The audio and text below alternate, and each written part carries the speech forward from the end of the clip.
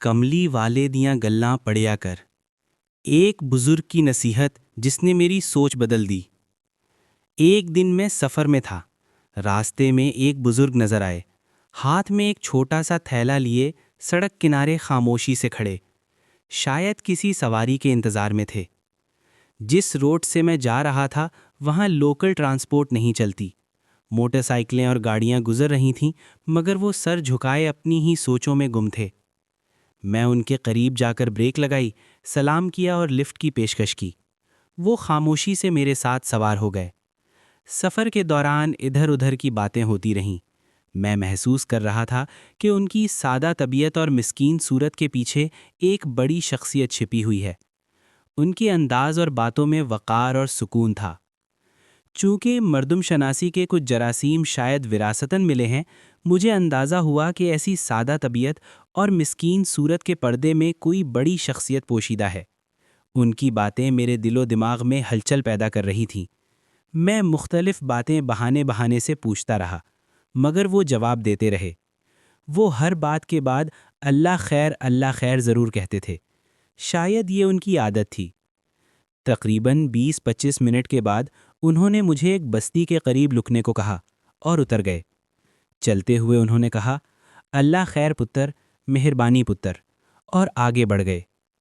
اس سے پہلے کہ میں بائک آگے بڑھاتا، وہ اچانک پلٹے اور بولے، پتر، جدوں بھی حالات خراب ہون، ہتھ تنگ ہووے، کملی والے دیاں گلاں پڑھیا کر، مسئلے دا حل لب جائے گا۔ جا پتر، اللہ خیر۔ احباب گرامی، میں سارے راستہ ان کی بات کملی والے دی گلاں پڑھیا کر دہراتا رہا، سمجھنے کی کوشش کرتا رہا۔ آخر اس کا مطلب کیا ہے؟ چند دن بعد جمعے کے خطبے میں مفتی صاحب ایک حدیث بیان کر رہے تھے کہ اچانک میرے ذہن میں جیسے چراغ جل اٹھا۔ مجھے سمجھ آ گئی کہ اس بزرگ کا اشارہ دراصل احادیث مبارکہ کی طرف تھا، یعنی کملی والے صلی اللہ علیہ وسلم کی باتوں کی طرف۔ سبحان اللہ و بحمدہ، سبحان اللہ العظیم۔ پھر میں نے سوچا کہ اگر واقعی پریشانیوں کا حل احادیث میں ہے تو کیوں نہ اپنی سب سے بڑی فکر یعنی رزق کی تنگی کا حل بھی وہیں تلاش کیا جائے۔ تلاش شروع کی تو ایک حدیث سامنے آئی اور دل خوشی سے جھوم اٹھا۔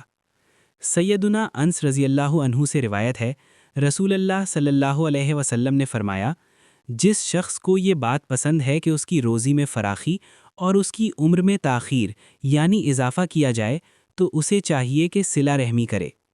صحیح بخاری۔ پھر میں نے صلہ رحمی بابت تحقیق کی تو آقا کریم صلی اللہ علیہ وسلم کا ارشاد گرامی سامنے آیا۔ ملاحظہ فرمائیں۔ سیدنا عبداللہ بن عمر رضی اللہ عنہما سے روایت ہے، نبی صلی اللہ علیہ وسلم نے فرمایا، وہ شخص صلہ رحمی کرنے والا نہیں ہے جو کسی رشتہ دار کے ساتھ احسان کے بدلے میں احسان کرتا ہے، بلکہ اصل صلہ رحمی کرنے والا وہ ہے جب اس سے قطع رحمی یعنی بد سلوکی کی جائے تو صلہ رحمی یعنی حسن سلوک کرے۔ صحیح بخاری۔ بس پھر میں نے حساب لگایا تو صرف ایک نام سامنے آیا۔ میں نے پہل کرتے ہوئے ان سے ناراضگی دور کر لی، ان کی زیادتی کو دل سے معاف کر دیا۔ چنانچہ احباب، رمضان المبارک کا آخری عشرہ شروع ہو چکا ہے۔ یہ وہ لمحے ہیں جن میں اللہ تعالیٰ نیکیوں کا اجر کئی گنا بڑھا دیتا ہے۔ سوچئے، اگر عام دنوں میں صلہ رحمی اتنی بڑی برکت کا سبب بن سکتی ہے تو رمضان میں اس کا اجر کتنا عظیم ہوگا۔ آئیے آج ایک فیصلہ کریں، کسی رشتہ دار سے ناراضگی ہے تو ختم کریں، بہن بھائیوں سے رابطہ کریں، ان کے حال احوال پوچھیں، محلے داروں اور آس پڑوس سے تعلقات بہتر بنائیں۔ کیا معلوم ہمارے رزق کی کشادگی، گھریلو سکون اور بہت سی پریشانیوں کا حل اسی صلہ رحمی میں چھپا ہو۔